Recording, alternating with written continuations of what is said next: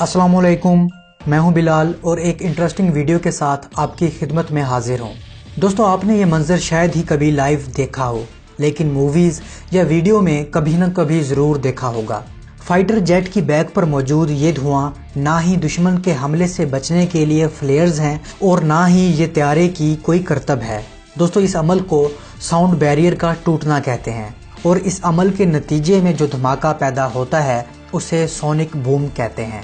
और ऐसा अमल सिर्फ वही एयरक्राफ्ट कर सकते हैं जिनकी स्पीड आवाज़ की रफ्तार से ज़्यादा होती है। जैसा कि आपको पता है कि आवाज़ तकरीबन 767 मील या 1235 किलोमीटर फी घंटा की रफ्तार से सफ़र करती है, और अगर कोई भी चीज़ आवाज़ की रफ्तार से ज़्यादा की स्पीड से सफ़र करती है तो उसे कहते हैं कि उसने साउंड बैरियर ब्रेक किया है, यानी उसकी रफ्तार आवाज़ की रफ्तार से भी ज़्यादा है। और जब कोई भी एयरक्राफ्ट कम स्पीड से अचानक तेज़ रफ्तारी से आवाज़ की रफ्तार वाले पॉइंट यानी 1234 पर आवर की स्पीड से ज़्यादा तेज़ होता है या उस पॉइंट को क्रॉस करता है तो एक ज़ोरदार धमाका पैदा होता है, और ये धमाका इतना शदीद होता है कि दरो दीवार हिल जाते हैं और ऐसा लगता है जैसे जंगी त्यारों ने आपके शहर पर हमला कर दिया हो। दोस्तों, त्यारे की साउंड बैरियर ब्रेक करने के बाद जो धमाका पैदा होता है उसे सोनिक बूम कहते हैं, जो कि दरअसल शॉक वेव्स होती हैं,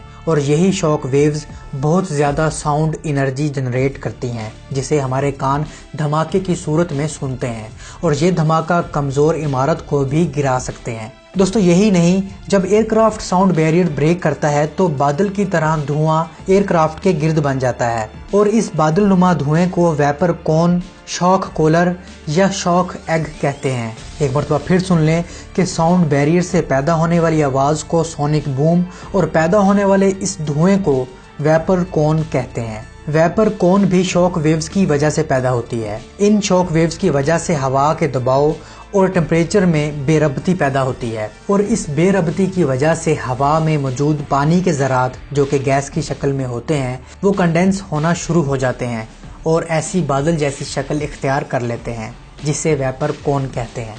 अब सवाल ये पैदा होता है कि क्या पाकिस्तानी फाइटर्स साउंड बैरियर तोड़ सकते हैं? तो जी हाँ, बिल्कुल। पाकिस्तानी F-16, थंडर साब, मिराज 3, मिराज 5 और J-7 भी साउंड बैरियर तोड़ सकते हैं। दोस्तों, हर वो चीज़ जिसकी स्पीड मैक 1 या इससे ज़्यादा है वो साउंड बैरियर तोड़ सकती है, लेकिन अमूमन फाइटर जेट्स के पायलट्स को ऐसा करने से मना किया जाता है क्योंकि ऐसा करना ख़तरनाक भी हो सकता है। और आपको दिलचस्प बात बताते हैं कि पाकिस्तान में पहली दफ़ा साउंड बैरियर किसी पाकिस्तानी त्यारे ने नहीं बल्कि भारतीय त्यारे ने तोड़ा था, और ये काम भारतीय त्यारे सिर्फ उसी वक्त कर सकते हैं जब दुम दबाकर भागना होता है। दरअसल 1997 में एक भारतीय जहाज़ जो कि MiG-25 RB फॉक्सबैट था, जासूसी मिशन पर पाकिस्तानी एयर स्पेस में दाखिल हुआ, और जब पाकिस्तानी F-16 त्यारे इसको टैकल करने के लिए फ़ज़ा में उड़े तो ये भारतीय त्यारा इतनी स्पीड से वापस भागा कि इस त्यारे का घबराहट में सोनिक बूम निकल गया। तो उम्मीद है दोस्तों इस वीडियो से आपके नॉलेज में इजाफा हुआ होगा। मुझे कमेंट सेक्शन में बताइए कि किस किस ने सोनिक बूम सुना है और किस किस ने वेपर कोन देखी है। मैं मिलता हूँ एक नई वीडियो के साथ, तब तक के लिए इजाज़त, अल्लाह हाफिज़।